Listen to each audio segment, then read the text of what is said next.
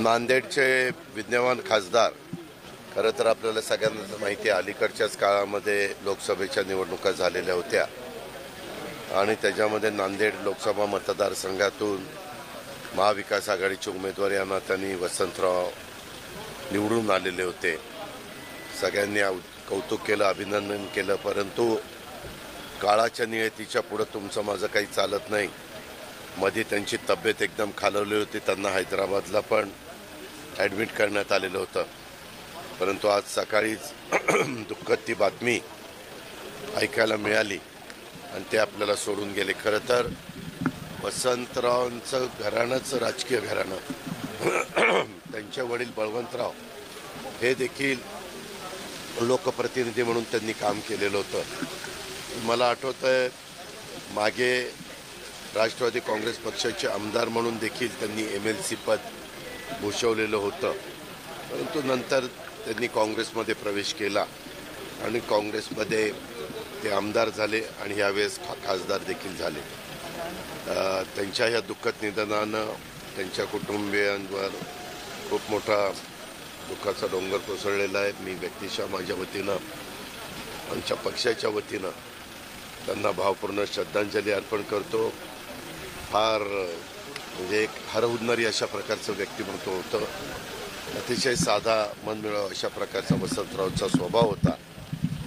आणि जरी आम्ही वेगवेगळ्या राजकीय पक्षामध्ये काम करत असलो तरी देखील कधी मनामध्ये कुठल्याही प्रकारची कटुता न ठेवता ते संबंध चांगले ठेवण्याचा प्रयत्न करत होते. परंतु अशा घटना घडत असतात आणि शेवटी त्या गोष्टीला सामोरं जायचं असतं. मी पुन्हा एकदा त्यांना भावपूर्ण श्रद्धांजली अर्पण करतो आणि मी थांबतो. थांबा, एक मिनिट. आज मी 2-3 महत्त्वाच्या बैठका घेतलेल्या होत्या. एक म्हणजे आपल्या इथं एक मागणी होती, PMPMLमध्ये काम करत असणाऱ्या आमच्या कर्मचाऱ्यांना 7वा वेतन आयोगाच्या मागचा फरक द्यायची. तर ते ठरलं, परंतु तो दिला जात नव्हता आणि त्याच्यामुळे कामगारांच्यामध्ये एक अस्वस्थता होती. परंतु आज PMPMLचे आयुक्त असतील, PMC आयुक्त असतील, PCMC आयुक्त असतील, सगळे संबंधित लोक असतील, अधिकारी असतील, त्यांना बोलून त्याच्यातनं आम्ही मार्ग काढलेला आहे. आणि मागचे राहिलेले 7व्या वेतन आयोगाचे पैसे हे 4 टप्प्यामध्ये द्यायचं, अशा पद्धतीचा आज निर्णय त्या ठिकाणी झाला.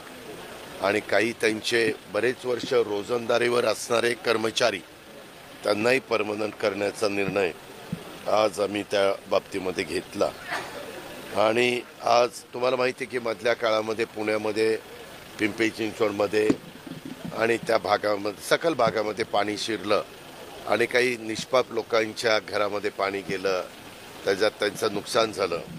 त्या सर्व आपदग्रस्तांना आपण प्राथमिक स्वरूपामध्ये आज चेकचं वाटप केलं, परंतु DBT करण्यात आलेलं आहे. आणि आज 11च्या पुढं प्रत्येकाच्या अकाउंटला 10-10 हजार रुपये जमा होतील आणि काहींचे मात्र इथं आम्ही दिलेले आहेत. मग कारण मुख्यमंत्र्यांनी पण त्या गोष्टीला भेट दिलेली होती, त्या घटनेला भेट दिलेली होती. मी पण भेटी दिलेल्या होत्या, इतर पण अनेक राजकीय लोकांनी भेट दिलेल्या होत्या. तुमचं सतत मीडियाचं तिथं लक्ष होतं. लोकप्रतिनिधींनी पण वेगवेगळ्या राजकीय पक्षाच्या भेटी दिलेल्या होत्या. पण तेव्हा आम्ही जाहीर केलेलं होतं की ह्या आपदग्रस्तांना आम्ही मदत करू आणि ती मदत आज केलेली आहे. मात्र प्राथमिक स्वरूपामध्ये इथं करून बाकीच्यांचे पैसे DBTमधनं त्यांच्या अकाउंटला पाठवलेले आहे. कुठे? वानवडीचे पोलीस AP आहेत, त्यांच्या डोक्यावर कोयत्याने हल्ला झाला, ते ॲडमिट होते, त्यांच्या डोक्यावर त्यामध्ये कधी पण कुणी कायदा हातात घेण्याचा प्रयत्न करू, पोलीस हे कायदा सुव्यवस्था चांगली ठेवण्याचा प्रयत्न करत असतात. हे अशा पद्धतीचं जे घडलं, कारण काल मी प्राईम मिनिस्टरच्या कार्यक्रमाला होतो, त्याच्यानंतर आमची कॅबिनेट होती आणि मला रात्री उशीर झाला मग पुण्याला यायला. सकाळपासून मी इकडेच होतो. परंतु ही जी घटना आहे ती अतिशय दुर्दैवी आहे आणि त्याच्यात ज्यांनी कोणी हे कृत्य केलेलं असेल त्याला कुठल्याही प्रकारे कडकमधले कडक कारवाई त्या ठिकाणी केली जाईल. अजिबात त्याची हायगाई केली जाणार नाही. कारण पोलिसांचा आदरयुक्त दबदबा समाजामध्ये असला पाहिजे. आणि जे विकृत लोक आहेत, जे गुंड प्रवृत्तीचे लोक आहेत, जे समाजामध्ये समाज कंटक म्हणून वावरणारे लोक आहेत, अशांच्यावर कारवाई करणं हे आमच्या पोलीस खात्याच्या अधिकाऱ्यांचं आणि कर्मचाऱ्यांचं कामच आहे. परंतु त्याबद्दल अधिकची माहिती मी कमिशनरकडनं घेईन की ह्याच्या पाठीमागचं कारण काय, कशामुळं हा हल्ला झाला आणि त्या संदर्भातल्या पुढच्या जे काही कारवाई असेल ती कडकमधली कारवाई विकास कामाचं उद्घाटन केलं जाईल. मात्र त्याच्यावर परत पुन्हा एकदा वाद होतो, जे तुम्हाला जुन्नरमध्ये अनुभवायला मिळालं तेच इथं होते. स्थानिक भाजपच्या नेत्याचं त्याच्यावर नाव नाही, त्याने त्याच्यावर आक्षेप घेतला. हा कार्यक्रम थांबा एक मिनिट. हे कार्यक्रम आहेत, हे सगळे सरकारचे कार्यक्रम आहेत. आता त्या कार्यक्रमामध्ये आमच्या स्तरावर ठरवलेलं आहे, मुख्यमंत्री आणि दोन्ही उपमुख्यमंत्र्यांनी ज्या त्या भागातले उद्घाटनं, जसं परवा पुण्याचं ब्रिजचं उद्घाटन आपण केलं, त्यामध्ये तिथल्या लोकप्रतिनिधींची नावं असतील. तो कार्यक्रम ज्या डिपार्टमेंटचा असेल त्या डिपार्टमेंटच्या मंत्र्याचं नाव असेल, जो उद्घाटन करणार आहे त्याचं नाव असेल. त्याच्यामुळं माझी आपल्याला विनंती आहे की ह्या गोष्टीला फार काही तुम्ही महत्त्व देऊ नका. आम्ही मुख्यमंत्री आणि देवेंद्रजी तिघांनी मिळून हे सगळं ठरवलेलं आहे आणि तशा पद्धतीनं कारवाई चाललेली आहे. जर ह्याच्यातनं कुणाचा समज गैरसमज झालेले असतील तर मी सांगितलेल्या गोष्टीची त्यांनी नोंद घ्यावी. उपमुख्यमंत्री यांचे देखील फोटो नाहीये कुठे? त्या कार्यक्रमाचे बॅनर छापले. अरे बाबा, फोटो त्याच्यात कशाचा कार्यक्रम आहे? कार्यक्रम आहे भूमिपूजनाचा. प्रादेशिक मनोरुग्णालय येरवडा, जमावमध्ये आयुक्त, मध्यवर्ती इमारत, ह्या जे भूमिपूजन आहेत, भूमिपूजनाच्या कार्यक्रमाला मी जाणार आहे, भूमिपूजन करणार आहे. ज्यावेळेस उद्घाटनं वगैरे असतात त्यावेळेस आम्ही जाहिरात देऊ, त्यावेळेस सगळ्यांचे फोटो टाकू. बाहेर आंदोलन केलेलं आहे भाजपने. ए बाबा, मला बाकीचं तुम्ही एक मिनिट, मी तुम्हाला कितीदा रे सांगतो, ते कोणीतरी कुठंतरी आंदोलन करणार आणि ह्यांनी ह्याच्या बाहेर, आता तुझ्या बाहेर कोणी आंदोलन करून तू विचारशील माझ्या बाहेर असं आंदोलन झालं, मला त्याच्याशी काही घेणं देणं नाही आहे. मला मागाशी तुम्ही कायदा सुव्यवस्थेचा प्रश्न विचारला, त्याचं उत्तर देणं माझं कर्तव्य आहे. आमच्या पोलीस खात्यावर जो हल्ला केला किंवा इतर गोष्टीच्या संदर्भात आता त्यांनी युतीच्या बद्दलचं विचारलं, मी त्याचं उत्तर दिलं. भेट घेतली दादा तुम्ही. नरेंद्र मोदी साहेबांनी त्याबद्दल स्पष्टपणे सांगितलेलं आहे की आता देशात किंवा राज्यामध्ये कुठं कुठं महिलांच्यावर काही घटना घडतात, त्या संदर्भामध्ये कधी दिरंगाई केली जाते तर ऑनलाईन कंप्लेंट करण्याच्या बद्दलच्या पण त्यांनी त्या पद्धतीनं सूचना केलेल्या आहेत आणि त्याची लगेचच अंमलबजावणी करण्याचा निर्णय. राज्याचे मुख्यमंत्री तिथं होते, दोन्ही उपमुख्यमंत्री तिथं होते, बरेचसे मंत्रिमंडळातले सहकारी तिथं होते आणि तशा पद्धतीनं त्याची कारवाई त्या ठिकाणी केली जाईल. कारण आपण बघताय अशा प्रकारच्या घटना आता बऱ्याचशा वेगळ्या दबक्या आवाजात पुढे यायला लागलेल्या आहेत. काही जणं थोडंसं काय त्यांच्या मनामध्ये असेल, घाबरून म्हणा काही म्हणा, आम्ही आता ह्यामध्ये खूप वेगळ्या पद्धतीनं ह्या अशा प्रकारच्या घटना आपल्या महाराष्ट्रामध्ये होऊ नये ह्या संदर्भामध्ये कारवाई करण्याचा निर्णय घेतला आहे.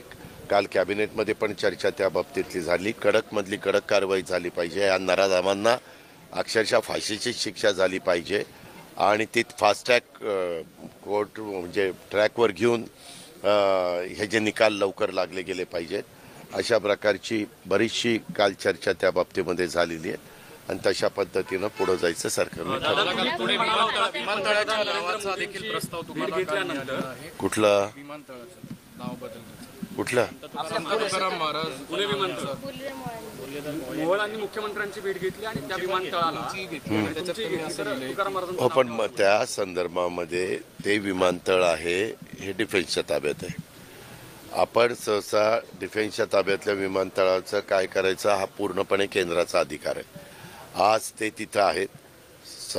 सर्वश्रेष्ठ संत म्हणून तुकाराम महाराजांची संपूर्ण ओळख, देहू हा सगळा त्यांचा परिसर आणि त्याच्यावर त्यांची मागणी ही चांगलीच मागणी आहे. त्याचं सगळ्यांनी स्वागतच केलं पाहिजे. त्याबद्दल राज्य सरकारकडनं जे काही ठराव वगैरे करायचे असतील त्या पद्धतीनं राज्य सरकार ठराव केला जाईल. पण मागं छत्रपती संभाजी महाराजांच्या बद्दल पण अशाच पद्धतीनं एक प्रपोजल आलेलं होतं. कारण वडू आणि तुळापूर हा सगळा परिसर तिथं आहे.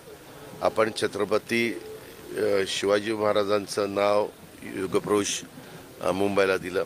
डॉक्टर बाबासाहेब आंबेडकरांचं नाव आपण नागपूरला दिलं. ह्याबद्दल आता 2 मतप्रवाह आले, तर पण आम्ही एकत्र बसून त्याच्यातला मार्ग त्या ठिकाणी काढू. दादा, पंतप्रधान नरेंद्र मोदींची तुम्ही भेट घेतली होती अगदी, आणि तुम्ही मागच्या वेळेस असं म्हणाले होते की भटकते आत्म्याबद्दल मी नाराजी व्यक्त केली, तर मोदींना पण विचारणार आहे. तर काय नाही, ते निवडणुकीच्या आधी बोललेलं होतं. आता निवडणुका होऊन खूप पाणी वाहून गेलं. तू कदाचित बघितलं नसेल पाणी किती वाहून गेलं. आता तो विषय संपलेला आहे. जुने विषय आमच्या ग्रामीण भागात म्हणतात उकिरडा उकरत बसायचं नसतं, तसं लक्षात ठेवा. मी सांगितलं ना, ह्या जुन्या गोष्टी मी पुन्हा तुम्हाला सांगतो. तुम्ही अशा पद्धतीनं जर वागायला लागला तर मी उत्तर देणार नाही. ज्या जुन्या गोष्टी झालेल्या आहेत त्याच्यामध्ये सगळं निवडणूक झाली, निकाल लागला, सगळं झालेलं आहे. त्याच्यावर आता नवीन काय ते विचारा ना. आता पृथ्वीराज चव्हाण भेटले होते. पोरशे अपघात प्रकरणात सरकारचे काही मित्र होते, त्यांना वाचवण्याचा प्रयत्न सरकारकडनं झाला. दादांत खोटं आहे. आपण त्याच्यामध्ये कुणाकडे पुरावे असले तर द्या.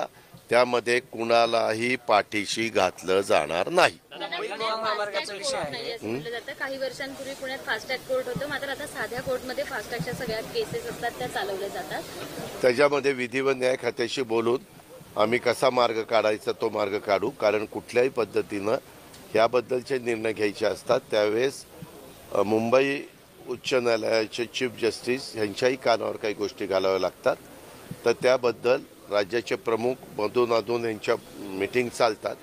मी देवेंद्र फडणवीस विधी व न्याय खात्याचे मंत्री आहेत, त्यांच्या कानावर ही गोष्ट घालीन आणि ह्या सगळ्याच गोष्टी फास्टॅगवर कशा घेता येतील ह्याबद्दल अशा प्रकारच्या केसेस त्याबद्दलचं कारवाई सरकार करेल. मुंबई गोवा महामार्गाचा प्रश्न आहे. मुख्यमंत्री आज पाहणी करणार. आव्हाड यांची एक ऑडिओ क्लिप व्हायरल होती, ज्यामध्ये ते म्हणतात त्या मुलीला मारायचं तर मरू दे, पण जो आरोपी आहे त्याला वाचवण्याचे प्रयत्न करा, अशी एक ऑडिओ क्लिप त्यांची व्हायरल झालेली आहे. मला माहिती नाही, मी बघितल्याशिवाय बोलू शकत नाही. दादा, मुंबई गोवा महामार्गाचा एक प्रश्न आहे. अरे बघितल्याशिवाय माहितीच नाही मला, तर काय सांगू रे.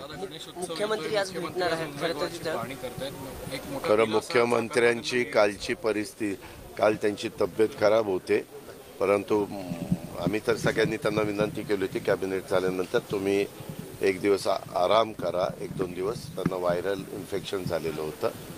पण शेवटी जसं कुणी पण वाहतुकीची कोंडी सोडवण्याच्याकरता किंवा काही महत्त्वाच्या बाबी घडवण्याच्याकरता अशा पद्धतीनं मुख्यमंत्री, उपमुख्यमंत्री, मंत्री, लोकप्रतिनिधी, पालकमंत्री अशा प्रकारच्या भेटी देत असतात आणि उलट भेट दिल्यानंतर त्याच्यातनं त्या कामाला गती येते आणि जे काही प्रश्न अडले गेलेले असतात, ज्याचे काही निर्णय पाहिजे असतात ते निर्णय ताबडतोब तिथं मिळू शकतात आणि त्याच्यातनं लोकांना मदतच होते. दादा, मुख्यमंत्री पदावर काही चर्चा झाली, माहितीच्या बैठका झाल्या तुमच्या, तुम्ही सगळे मुख्य नेते वारंवार. हे बाबा, तुम्ही हे असलं काही आमच्यामध्ये चर्चा, आम्ही पहिल्यांदा आमचा मुख्यमंत्री महायुतीचं सरकार आल्यानंतर आम्ही ठरवू. काय आपल्याला अडचण आहे का? नाही ना, महायुतीचं सांगतो रे. महाविकास आघाडीचं मला काही माहित नाही. बारामतीमध्ये बॅनर लागले, सर्व पवार कुटुंबीय एकत्र. धन्यवाद.